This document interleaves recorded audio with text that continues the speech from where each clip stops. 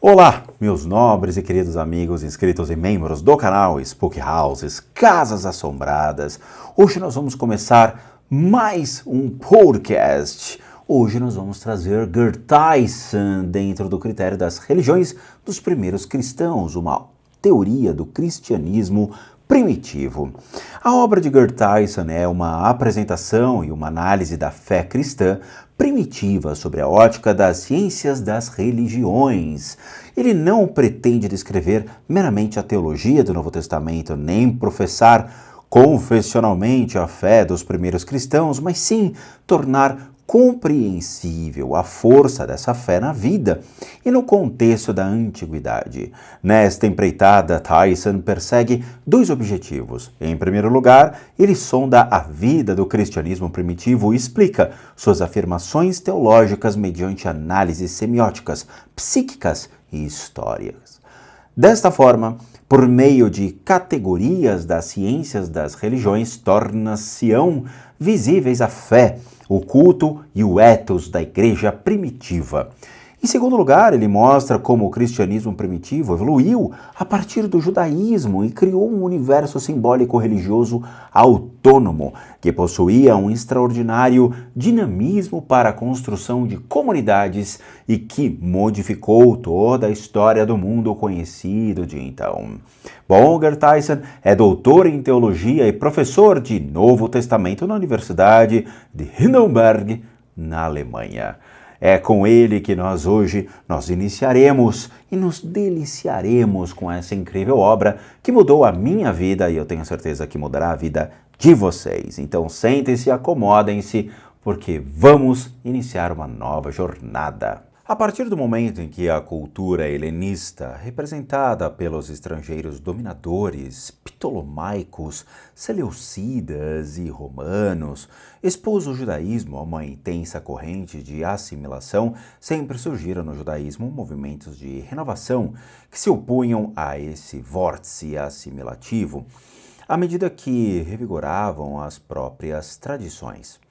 As normas especificamente judaicas eram acentuadas, consequentemente a intensificação da Torá não é uma especificidade do movimento de Jesus, mas ao contrário, encontra-se em toda parte nesses grupos.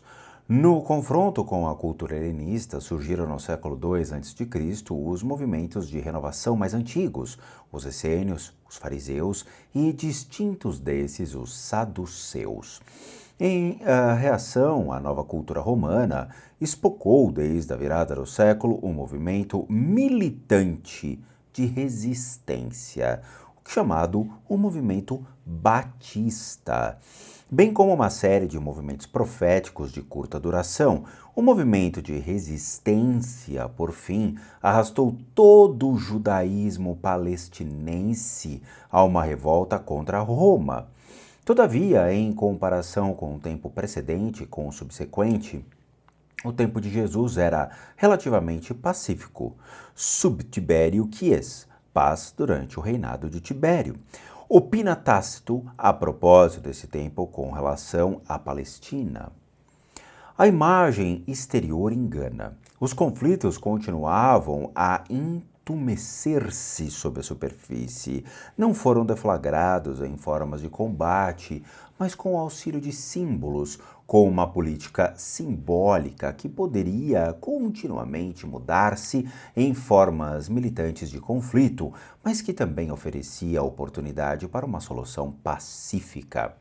Nesse tempo, tanto os dirigentes da Galileia quanto os da Judéia procuravam, mediante símbolos, aproximar o judaísmo da cultura helenística a fim de integrá-lo mais rapidamente ao Império Romano. Herodes Antipas, por volta do ano 19, mandou erigir uma nova capital em Tiberíades. A cidade foi construída sobre um cemitério judaico. Antipas aceitou conscientemente as consequências disso. De fato, agora ele poderia ter certeza. Quem se estabelecesse nessa cidade impura teria considerado mais valiosa lealdade a ele do que a lealdade em relação aos ritos judaicos tradicionais de pureza.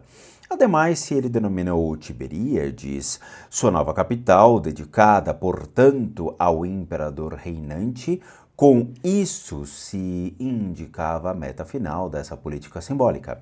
A lealdade ao imperador e ao imperador romano deveria ser fortalecida. Acrescenta-se a isso o fato dele ter mandado colocar em seu palácio imagens de animais, uma espécie de proibição contra a proibição de imagens, o que naquele tempo ainda era, de certa forma, estritamente observado. No início da Guerra Judaica, essas imagens foram destruídas por uma multidão revolta, antes que pudesse ser vencida por uma delegação vinda de Jerusalém. A indignação contra eles ou elas mostra como era grande a importância simbólica que possuíam. Não pode ser por acaso que ouvimos falar de uma série de conflitos politicamente simbólicos oriundos também do tempo do mandato de Pôncio Pilatos, que governava no mesmo período. Assim, Pilatos tentou trazer para Jerusalém bandeiras com imagens do imperador, ou com um monograma do imperador. Essa transgressão do mandamento que proibia as imagens na Cidade Santa suscitou protestos tão persistentes que o forçaram a desistir do empreendimento. Acrescente-se a isso o fato de Pilatos ter sido o único dos prefeitos da Judéia a mandar cunhar moedas com símbolos culticos pagãos, com instrumentos de libação e bastão de presságios. Talvez tenha também infringido as normas de pureza com a construção de um arqueduto ou aqueduto. Pelo menos sua construção desencadeou protestos violentos. A meta dos governantes era promover a integração da população judaica da Palestina na cultura helenística pagã, mediante símbolos de aculturação. Mas eles se depararam com a resistência. E essa resistência no povo utilizava-se igualmente da linguagem de ações simbólicas políticas. 3 profetas vêm ao proscênio durante o reinado de Pilatos.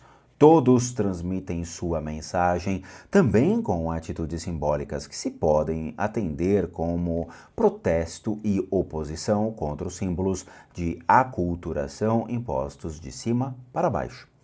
Antes de Jesus, o primeiro a entrar em cena foi João Batista. Seu batismo é uma ação simbólica e implicitamente tem um sentido político. Se todos os judeus devem mais uma vez batizar-se, então é porque todo o país está ameaçado de impurezas. A questão da impureza é demonstrativamente posta em relevo aqui. E isso bem diante de um soberano que havia transgredido explicitamente as leis de pureza com a construção de sua capital. A crítica que Batista faz também à política matrimonial dele encaixa-se nesse quadro. Com efeito, com o seu casamento, as normas matrimoniais judaicas tinham sido desrespeitadas.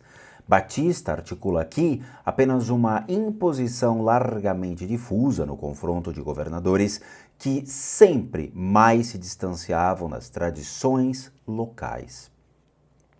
Depois de Jesus, surgiu na Samaria um profeta samaritano que prometeu a seus seguidores tornar acessível sobre o monte Garizim os utensílios do templo que Moisés havia ocultado. Algo fica evidente. Aqui aparece alguém com a pretensão de ser um Moisés redivivo e de decidir em favor dos espaços samaritanos, a disputa entre judeus e samaritanos quanto à legitimidade dos lugares de culto.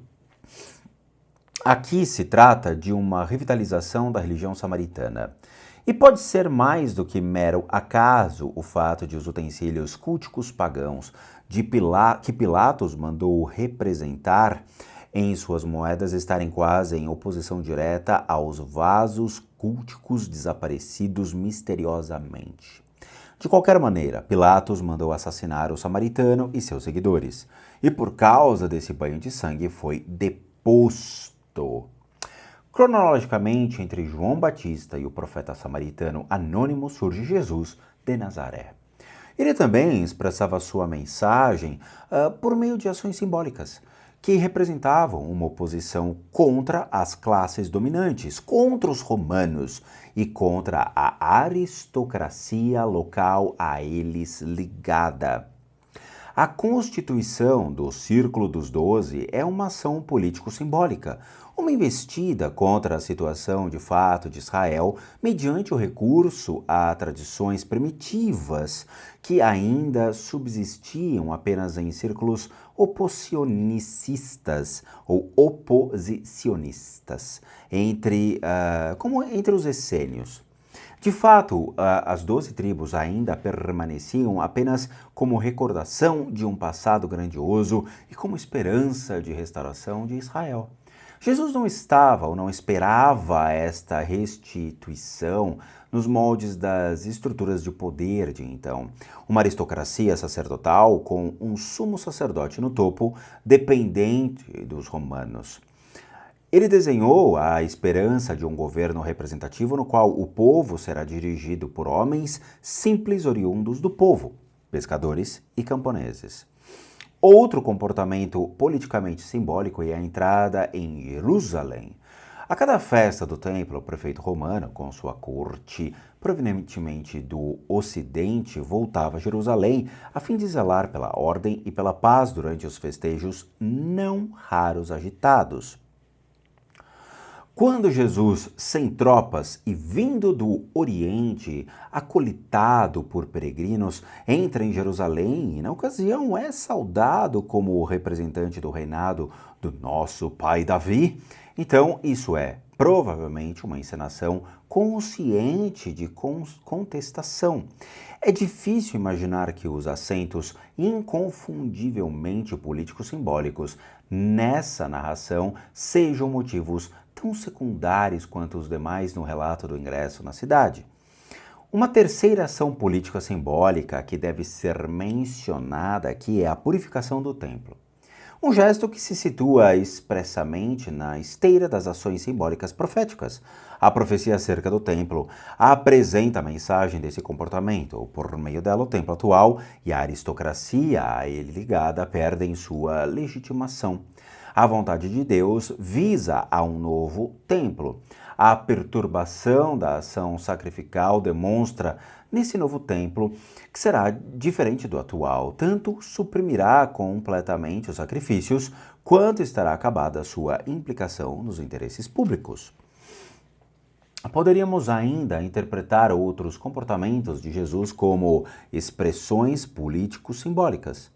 Em sua autocompreensão, os exorcismos tornam-se sinais do início do reinado de Deus. Eles são o começo da expulsão do país de tudo que é estrangeiro, demoníaco e mau. A comensalidade com pessoas marginalizadas antecipa o grande banquete escatológico do povo restaurado, do qual, contrariamente às expectativas nacionais, participarão pagãos de todo o mundo. O litígio a propósito do pagamento do imposto demonstra tanto a oposição entre o senhorio do imperador e o senhorio de Deus, quanto a intenção de evitar uma confrontação militante com o poder estrangeiro. Precisamente por isso, Jesus, ele apelava para a linguagem simbólica da inscrição na moeda. Se ela, mediante imagem e rótulo, demonstra ser a propriedade do imperador, então devem-se pagar os impostos ao imperador com essas moedas, pois a propriedade deve ser devolvida ao seu proprietário. Com isso, porém, implicitamente também se diz: o que é propriedade de Deus deve ser devolvido unicamente a Deus. Bom, meus amigos, este foi mais um capítulo deste incrível livro, este livro que fez uma grande diferença na minha vida e com certeza também vai fazer uma grande diferença na vida de vocês. Eu espero que vocês tenham entendido. Caso não tenham entendido o capítulo, por favor, escutem novamente e fixem as principais partes do que é lido para vocês, porque é deveras importante a fixação desse conteúdo para que vocês entendam as diferenças entre a palavra de Cristo e como houve alteração, manipulação e adulteração dos conceitos de Cristo primitivo para os dias de hoje, ok? Então é isso, eu agradeço de coração a todos vocês e vejo vocês no mais um capítulo desse incrível livro e, como eu sempre digo, bons sustos a todos nós.